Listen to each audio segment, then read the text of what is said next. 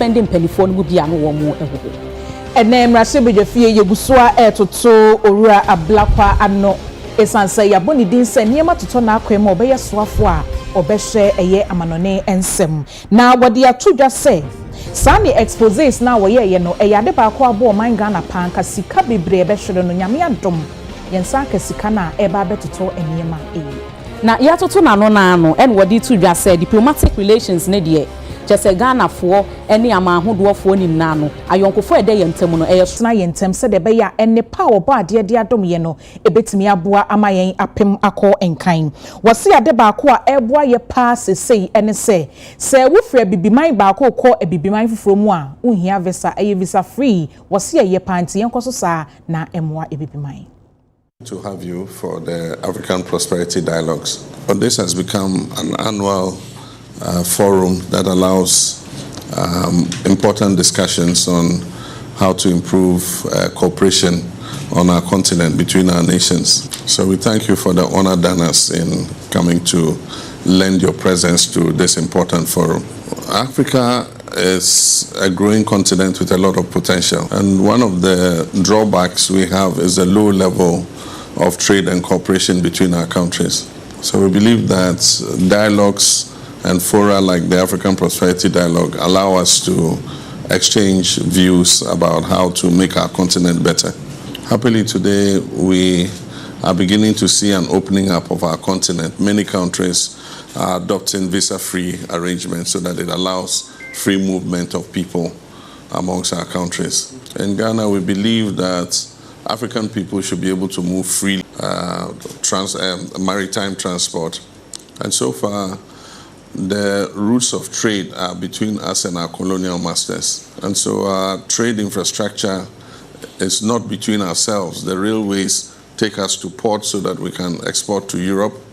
The roads are not between ourselves. The maritime transport, if you send something from Ghana to Comoros, it might go to Europe before it comes to Comoros. So even though we've signed the protocol on African continental free trade, we also must look at developing the infrastructure so that we can trade more amongst ourselves. We would want to trigger a permanent joint commission for cooperation with Comoros so that we can explore the sectors in which we can share our experiences.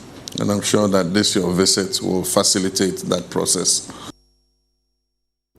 And they krata if your mampeni akachi ababe kayensa na krata yi near a woman in Anne say wabo one nominate a Dr. Johnson Esiama say a nay one no babe governor Ediama Bank of Ghana. Na nomination yi nini na nam so say a nay Dr. Ernest Addison war a free a year ni position as governor World Bank of Ghana no eno ne nam so ama nay wabono se wono en womra medi animu as governor na Dr. Johnson Esiama aye ka ne ho asem yi de wabone PhD ache se wakọ nkan pa ewadusua asemu na wasan so aben ewosikasemu yie pa ye ka se bank sector na ache se wakwadiri wo mu a wetu ne ho asi ho se wo be boa ama sikasemu akọ nkan yie pa na ye can say over 23 years NNA wabone ho ban wabo so aboa amasika semu ewo ho no akoyie etie no ne nam so ama enei omampani ayi ne se wono ene wo ba beboa se wono ene wo be governor Ediama Bank of Ghana na krata yi de ne nsa ehya ase eye Felix Kwachi Ofosu wono eye mrahye bedwani.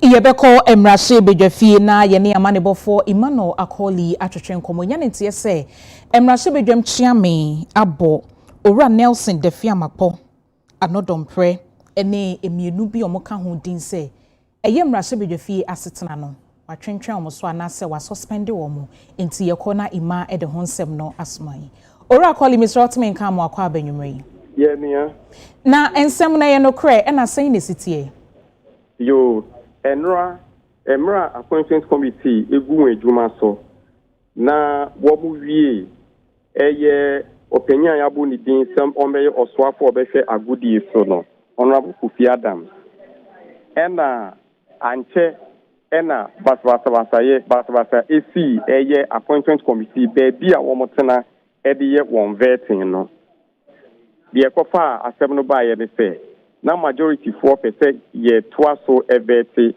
Honorable Samuel Okujetu Ablakwa a okoye Minister of Foreign Affairs ena Honorable Abnaminta Akando na majority members of more committee no so no almost say adiasa enti anka omuntu hye enne enti we kana we aka ena kofa ibufuo ba ya eye chaos and confusion ba ya omu pija table microphones any table ni bi ebubu ye enti ne speaker parliament etna se no ena speaker say the see enra no eya dia eye inimguasie kese ema oman Ghana esansi inimguasie pa ema Parliament of Ghana ena afin so udi hu yawo why very disappointed say bibisa isiye na enam sa sunti no or the directives bi ba ye say wa suspend Mrasibedwafo eye e9 piti ene for 2 weeks na otwi miyenu say mo ma Parliament eme juma say Mrasibedwafo one Honorable Roxanne Nelson Dafia Mepo eye majority chief whip ena oye MP for South Dai ena Honorable Frank Anodompre minority chief whip ono ye MP for Nsawam Adwejiri Honorable Alhassan Tampuli Bushegu Mrasibedweni ena Honorable Jerry Ahmed Shaib ono ye Wijagbawe Mrasibedweni Right Honorable Alban Kinsosumana Bagbense marshals omo parliament no say can marshals the parliament bimbo ejuma yefo no omo hwe say sa suspension yi no Mrasibedwafo enan a wabobo wundin no ma womo ma parliament nwura eye chamber ho no mo kopem say 2 weeks no ebepa ho speaker esanso eti committee Mrasibedwafo enson enewu mu na the other one no Honorable Emmanuel Bejira who West Mrasibedweni ono ye chairman say committee no enko yenhwehwemu emfa assembly CN no na see the omonfa won niema omo hu won report efa investigation omokoye no omonfa report no emre no within 10 days omonfa won report no na omo ye recommendation o say ye nhwemu no say na ehu ye kwan say na ye mfa asem no emfa so na other members omo 7-member committee ni no Honorable Abena Oseyasare Etiwa West Mrasibedweni Honorable Vincent Opon Asamoah Doma West Honorable Kwame Anyimedu Enchi Ashanti Akim Central Honorable Gizela Akushika Agbutui Oyewutu Senya East Mrasibedweni Honorable Bedzeden ena ono ye Laura Mrasibedweni ona any Honorable Zaneto Ajeman Rawlings Clote Koli constituency speaker say appointment committee na nkata no wa shefe ye be reconstitute no ntina shefe senior membership no etie no omo be dani eni nsachiraye ebebe mu eno so ye one year directive as speaker ode emaye eninti ubisa ni about speaker suspension na ode ama Mrasibedwafo di bia na emu details no ena mede amamui da be adwa da be ya na ase den me ba cho say ya twe o masensan e sha ase free da ben ene ya for 2 weeks yes okay yo na then e koso o parliament se ye oka wie ya na o agen ne sitting oka o ma directive ni wie ya okay ena o agen ne sitting let say next week ena o me sandi shaba appointment committee ne de o mo aso eti ho a wo mo Honorable Samuel Okujetu Ablakwa okay minister designate foreign affairs. What can I say? At least there's a 5 hours. I will take committee no in him. I will move to Ibisano and Sem. Yo. Akoli yebeda wasi enyumre ene wamane bo yeni amane bo for Emmanuel Akoli na twetwe nkomo efri emrahye bedwafie eye speaker emrahye bedwam chiame ede atodwa say eye owura Roxy Nelson Defia Makpo Frank Anodompre Alhassan Sulemana Tampuli ene Jerry Ahmed Shaib watwe omasensan esan de enre koso ewo vet na se enyumre no ntino watwe omasensan a wochire mu say omonko na watwe mienu intine esha se free ni ya na afin so what committee said the course ni no munye hwehwemu emfa ho amanebo emre no. Nene His Excellency John Dramani Mahama ene wasoa asoafo du 9 echira wo mu se ene dey wo mu dwuma bi a wo mu di no Ghana mamremu no se ne mrane tie no wo mu emfa nto honom na wo mu nkɔhwɛ enya adwuma a wasoa wo mu so wo mu nkɔye no na no nam so ama Minister for Gender, Children and Social Protection Honorable now Momo Lati wono and wojina wo mu ni na mu ekasai. I, having been appointed Minister of State, do in the name of the Almighty God swear or solemnly affirm that I will at all times well and truly serve the Republic of Ghana in the discharge of my duties and committed to my secrecy as Minister of State. So help me God, or I solemnly affirm, whichever.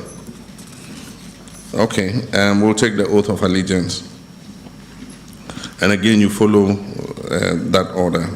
I, do in the name of the Almighty God swear that I'll bear true faith and allegiance to the Republic of Ghana as by law established, that I will uphold the sovereignty and integrity of Ghana, and that I'll preserve, protect, and defend the Constitution of the Republic of Ghana. So help me God. And then the last one is the oath of secrecy, and it follows the same pattern. And so I, holding the office of Minister of State, do in the name of the Almighty God swear that I will not directly or indirectly communicate or reveal to any person any matter which shall be brought. Deputy Whip, I think that it was very clear in the language of Mr. Speaker on the need for us to immediately get to the committee of selection to proceed to reconstitute the appointment committee. I will repeat it to your attention that let us err on the side of caution so that we do the right thing. At least if you had even suspended sitting the hearing for even a minute to enable you to listen to the speaker's voice, private, I'm sure you will be able to at least appreciate the situation in a different light, or possibly call Mr. Speaker himself. We can suspend for just a minute to enable you call the speaker, but in the Honorable Majority Leader, just a second. Honorable Alhassan Umar, please, the call is on all of us to show deference. If I talk, you talk, it doesn't help. So I would want to respectfully say that with what I know now, I would want to recuse myself in order not to be in breach of Mr. Speaker's orders. I can't force speak, Chairman. Chairman has his discretion, and I need to respect that. So I leave it at that to you, and then I'm sure we can take up other matters. Thank you so much, sir. Honorable members, the information is clear from the majority leader that owing to the circumstances, the Speaker has rescheduled a meeting to Monday at 11. We are proceeding with the vetting. Any member who wants to recuse himself is free to do so. After all, we are living in a free and a democratic dispensation. So, please, let's proceed. Chairman, with respect, I am extending to you all courtesies. My language in the application was done in utmost good faith and with respect to you. If you use phrases like democratic state and freedom of whatever, I don't think that it helps the situation. I refer to Speaker. No, Chairman. I will continuously express my views and show you respect. I'm pleading with you to be measured in the language you use. I will not do anything to hurt you in terms of language use. The language you just use is in bad taste, and I believe it's unacceptable.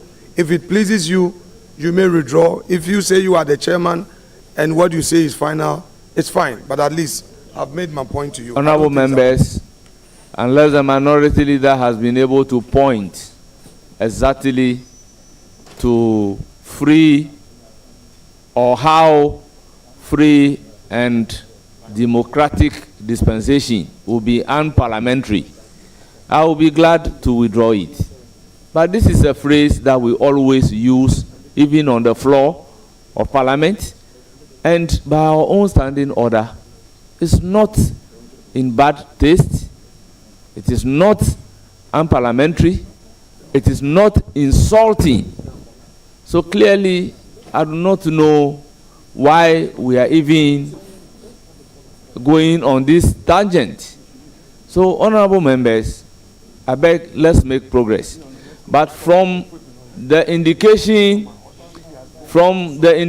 of the minority leader, he has finished asking the questions. Then I will proceed to acknowledge our guests and consequentially discharge the witness.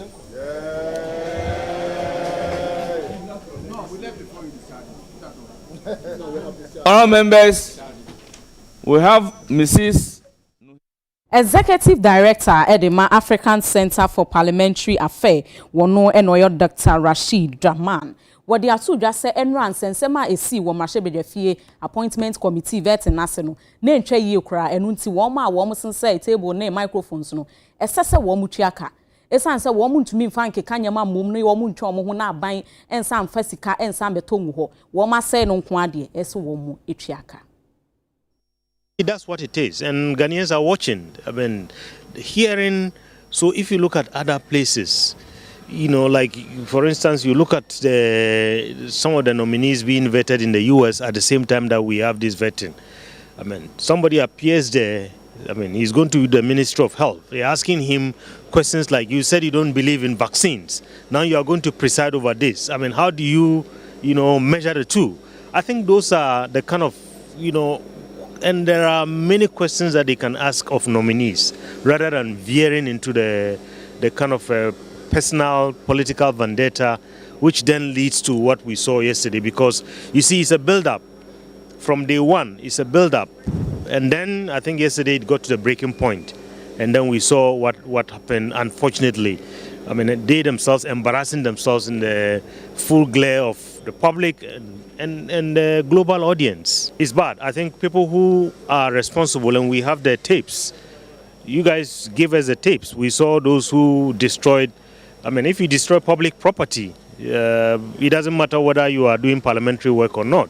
Immunity doesn't cover that. People must be made to answer. Arrest, I don't know, because I mean they were in the process of doing parliamentary work. Arrest, I don't know, but I think the police must investigate this because there's criminality in it, and the police must investigate, and probably Parliamentary Ethics or Privileges Committee must also look into this. Yes, they should be made to pay. I mean, in other countries, even if you absent yourself from Parliament, they take it out of your salary. Not to talk about you go destroying public property. They have to be made to pay. I mean, there are so many ways of doing that. Anybody who was involved in destroying a microphone or breaking the glass or breaking the table, well, I think they have allowances and they have salaries. Yes, it has just been reviewed, but nothing stops Parliament from reviewing it. And now I think the NDC has, I mean, the numbers to do that if we have to stop some of these unfortunate kind of happenings. Perhaps maybe one way is to go and look at the standing orders and see. My recommendation number one, the whole appointments committee needs to be decentralized so that sector committees vet sector nominees. If not, the composition, I think we should take the leadership of Parliament out of it, and so that at least, well, I mean that's what is appearing now, because I mean it's appearing like it's the MPP that's the majority now. Abusiafo ye gina ha ho meka se wono so ye gi abafo nkrato abasisi a ye ba ye beto aso.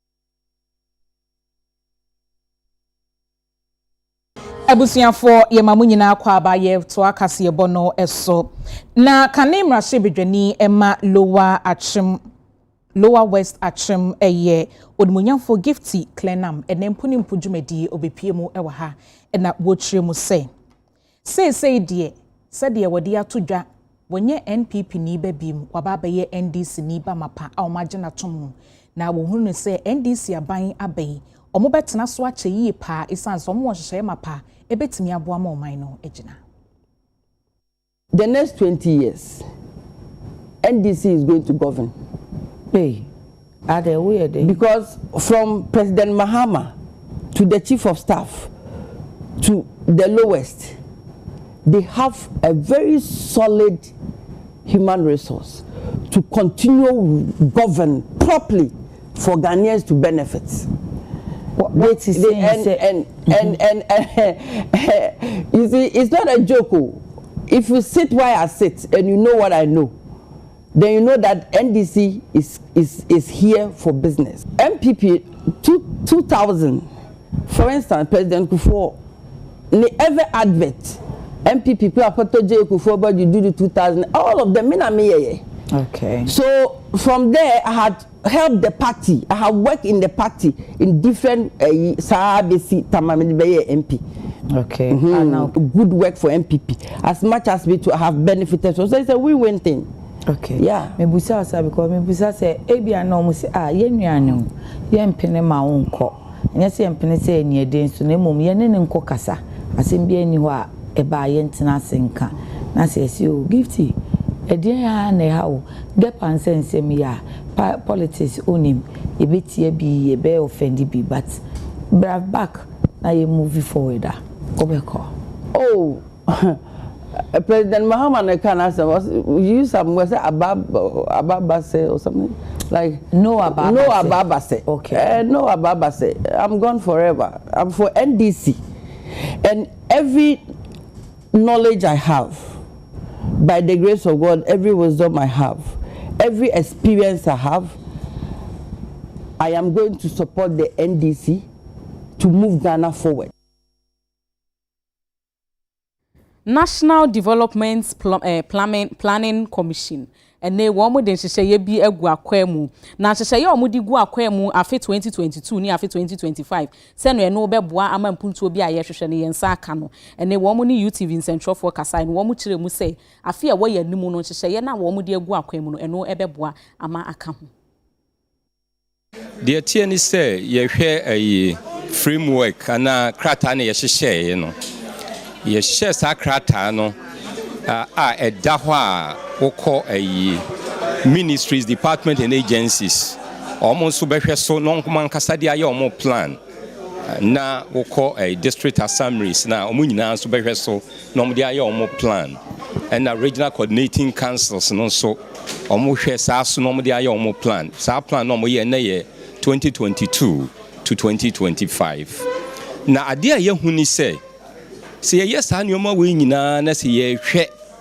adepa bi ayaya de ye kan say oh ye gina sa krata ne so no ye see schools dan say ye bibi say clinic say ye hospital say ye training kofo we say na se si ano ye pese ye trust ade no broni beka say output se si ade ye pese ye no ye evaluation ye hwe sa nyoma nyina nchi share NDPC ye friend framework no nchi share ministries ni ye ye friend no medium term plan no and assembly so ye friend medium term RCC so ye no ye pese ye hu se enya mfaso bi ema kofo se ohia ni ade so te o ma brabom eye sen eboa wo mo ana amoa wo mo edi impuntuo kase bi ekoso nti evaluation no insese ye beka se because ye betumi aka se yes school dan ubeko school dan na esi wonum na nipa kra omunyusu na esi okwa ye beka se yes market ubeko no na market no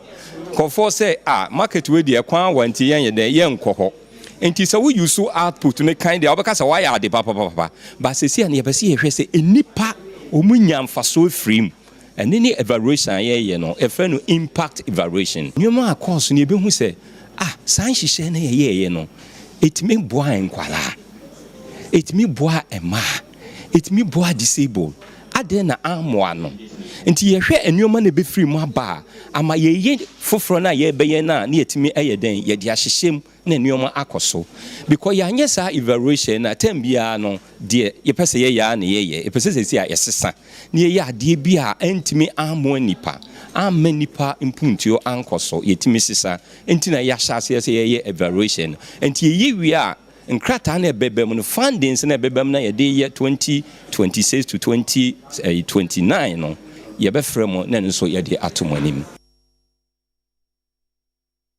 Krata Efri Bank of Ghana akache ababebie eye yapono so ewa hanum sei ni nyina ene se eye amrado a woda Bank of Ghana ano Dr. Ernest Addison nyame ya doma afebri bosome de to so miensa eye adwada ye ba besimi oko ni terminal leave na chese leaves ahodo a wanko nyina amra o hyase ye adwuma se amrado da Bank of Ghana no say oba bekwa woche mu say dwade di animi na obehya ase na enche bia opanyi de na dwuma nyina bebe wieye se amrado a na woda Bank of Ghana ano yebeka ya April bosome da na etoso miensa ewo afi 2017 mu na yeyi no say omeye amrado a obeda Bank of Ghana ano enti no na ye the first time wasanso baabiem March 29 2021 ema obetoa na dwuma so enti wako 2 times say die e wo se okọ na homegye mu se dia Bank of Ghana me ho ase a esi ewo ye appointment committee wo Mashebe fie no ene the impanifo chairman appointment committee and afi first deputy speaker of parliament honorable Bernard Ahiafo ene wo mo de ye apology letter ba beto abonten wo mo kire mu se de esi ye no na enso ani kurante ene de wo mo sre Ghana fo se de esi ye no wo mo fa enche Ghana fo.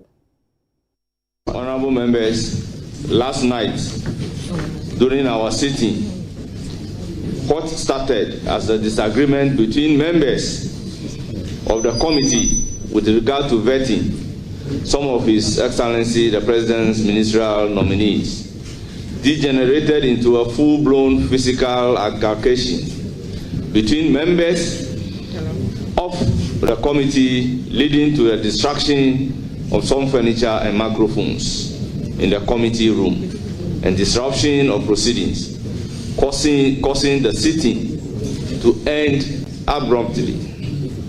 The damage to these items affected the functionality of the committee and has also tarnished the dignity of the institution and its members. Upon assessment of the extent of the damage, one microphone was damaged beyond repairs and has been replaced. Fortunately, this morning, proceedings will carry on without any technical hitch. It is essential that we assure a swift return to order and maintain the integrity of our parliamentary process. The action that unfolded last night have drawn significant concern from the public and are cause for reflection on the conduct of professionalism of our members of parliament and the institution of parliament.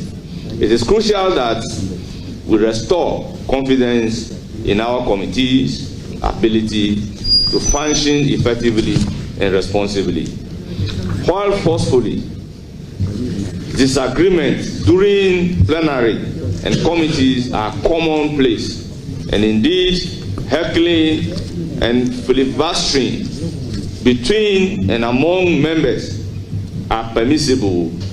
Physical altercations are totally prohibited, and the laws of our country emphatically prohibit saying. What happened last night is totally unacceptable, and we take full responsibility for the unfortunate incident. The appointment committee would like to offer and qualified apology to the Right Honorable Speaker, the leadership and members of Parliament, as well as the general public, for the unfortunate incident, and would like to reiterate that we are committed to working for the growth of our democracy. Going forward, I implore all members to conduct themselves in a way befitting members of parliament, bearing in mind that this is an honorable house where not only the rule of law but the onerous rules and procedure governing parliamentary practice are upheld at all times.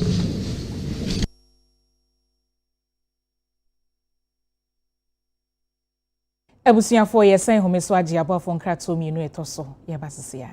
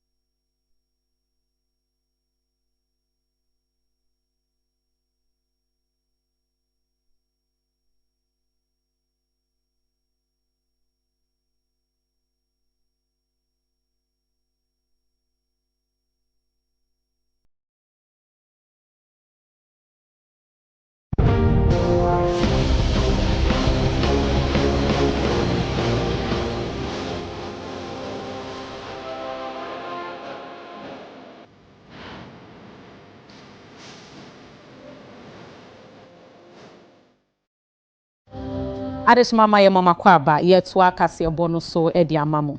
Ye kopie mu e wa Asante Mante mu abro no aye frɛ no Amansie ene de yi director of health service wo de aba betu dwa se midwife a wo mo wo ho de wo mo hwakora enu nti anam so amache se efo ni nkran ya adwuma efo mo bo mo modin yi no so wo mo bo mo abaso e wa adwuma so mo di no mo boa e ma apomde ho nsem e fa no tuma pafra e wo man yi emu wo to aso e bobo niam ahodo a apomde aso ye no e fa mu na wo gina aso de adesede to aban nim se won hwe na sa o ha no won so no emfa ma wo mo compared to 2023 afiwe yakọ ni yeni mu pa in areas of OPD attendance what we say ya increase by over 50% increment in our OPD attendance because of new facilities are buy any Jumedebia Ghana Health Service they buy a network of practice any model health center concept Manse West ye jijine mu pa no aboy ama in terms of access and quality of services no that mean charge here Manse West yakoye nim as we speak na challenge wo ho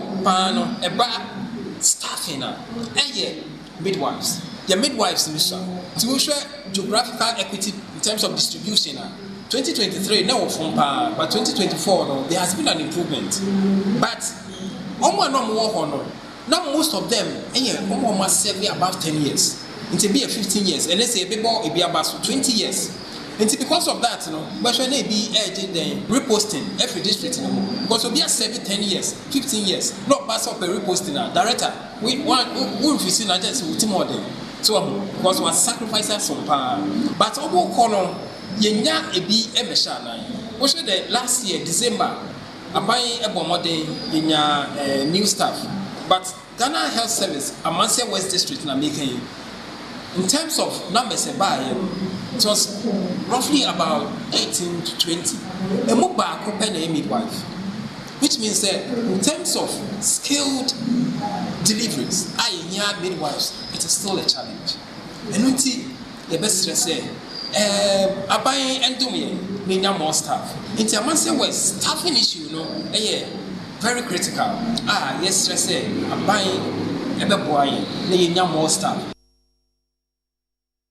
Yeguswa wa Asante Mante mu na efutuo akwa magana de hye nyina se brano no aya yenko aya sabia ne yemfiri di padua no hwese de yapomudensem esi ekose de beya se yade bi ba ombetimi hunu ne ntem aso ano ede amaw na Vice Chancellor Emma Kumasi Technical University Professor Gabriel Jumo ekasai Vice Chancellor Yowo Kumasi Technical University Professor Gabriel Jomo was say yade sha se woni padua nim na ye hu ne ntem a yetumi to ase ntem ena no kra no ya na ehu ka no ya na ewo fom eno so ntina abre bi omutai ekase ewo se nipa wo ho a wotai apomuden hwehwemu woni padua nim se ne be ya doctor fo begina so etufo na enuane ewo se wudie yaka ne hina kire wo wapomuden wumudro se ne sitie kwan so fa so tenten wa pomu nyina no ye churchill se ne be ye wa pomuden no ebetimi agina brane ensami wadi tudwa wa bra na Kumasi Technical University edu omumfinhye aduoso omugina so eye apomuden mu nhwehwemu omusan ye blood donation ewo Kumasi a eno no wa Asante Mantam ha eno ena Professor Gabriel Jomoto aso ekiremu se nipa ho odin no wa pomuden gina ne na so a emfa ho ne adwuma bi e de be ma wo betimi aye no wa ye ne ye eno so ntina wa Ghana fo hina se abrani bia yenta nkwa yaresa bia nkwa nhwehwemu ewo nipadua no emu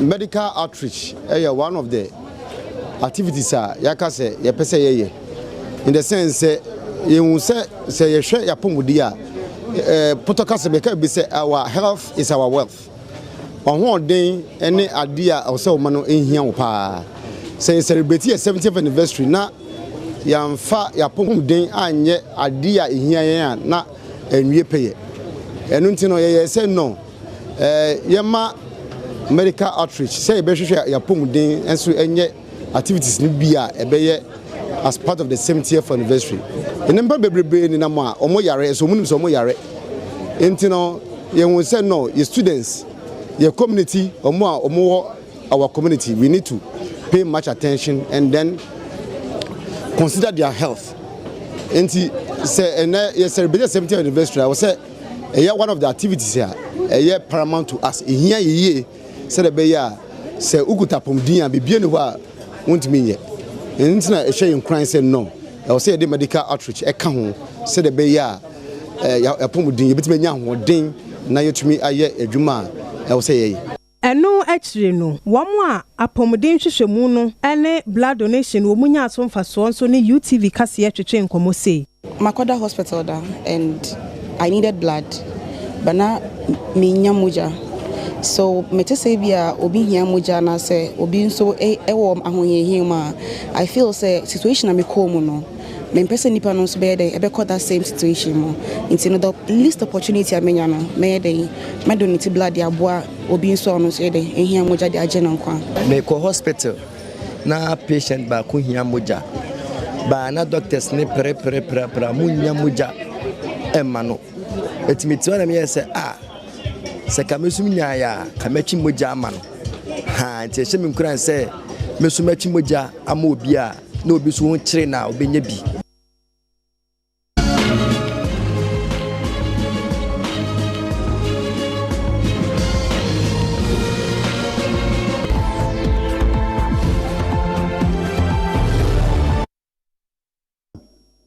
na amano so ye prede ye be yan puntu pi ya chel dodo nti ndaji ni chele yeji eyi bil ni moja show ni yeje be gina me de ye pe ye marketi na ye mbesi afo ni ye me ni menche biara awo de woton agi bia wo asase bibia no wo bomba ni wonya wo de no wo ba ye koyim wo bobo hen wo puntu tede assembly no ye ko assembly man ye gitu nayim ase wo mako maka ye ho adwuma bi kura na yara nkasa asafoto afo dantifo no yetu anambore ko cancel ho ye ko edikotu oyima o ye baba be ye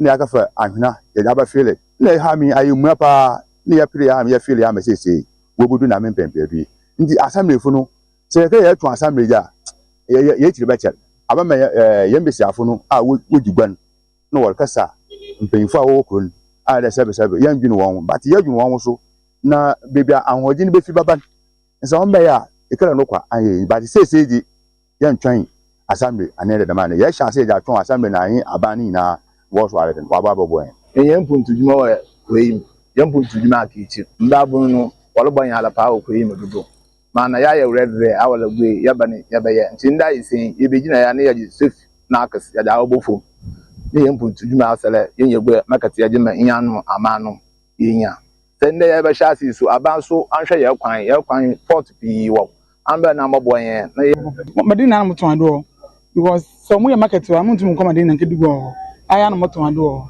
ze ba na yenya abre ibe ye djuma market na obaye wa na aye menje usanna ye kedugo bebi a ekoda kope ye nsan ko bia na da fu France na ya san yakọ ntabe menje obaye market wa na yesu yetum na ya ye djuma no wa ha na aben ahwe no wa abonye ne ye market na wa akọ ye kwan anyeye nti wonye ne ye menye na bi muso fi bebi wongo so ye do ha ne ye medigo no wa na inyano no so ne din no nkoso na ye nso anye nje menye abusuafo ha enemrebe makwan me de kase eboni nyina esi na ansa na yebekọ no ye di Pepsodent ho adanse e de akyerɛ mesrɛ so obetwere wosia ayafa Pepsodent etwi anopa ne enwumre nyina Pepsodent ana eko ye wo Pepsodent herbal Pepsodent charcoal cavity fighter ene triple protection ebeboa ama wanum ahu ne die nsɛm ne nyina etimi agina ne naso Pepsodent say every smile matters na me de asede kwa ma pellets African styles wono ena enyume wo share me atade owo SCC wager open DBL Ministry ayafre antipe wo pamma ne mema nyina eniema efe number ne 0243961384 0243961384 ena she's salon e share me wigi ono so e wo wager or ne Western Small in the hwe ni mo number no e 0558611842 0558611842 matare fefe ya ehemi asi fashion wono en wo de share me Mr. hwe no Instagram wo sa e ka no Instagram atade ehemi obedwedwa bi ma wo de ahyew ashi fashion de wase bebe akenkan fo enwumre eyeme abana bayi nyano nene nana ekia kobi yadamo asia ma mu nyina mo anything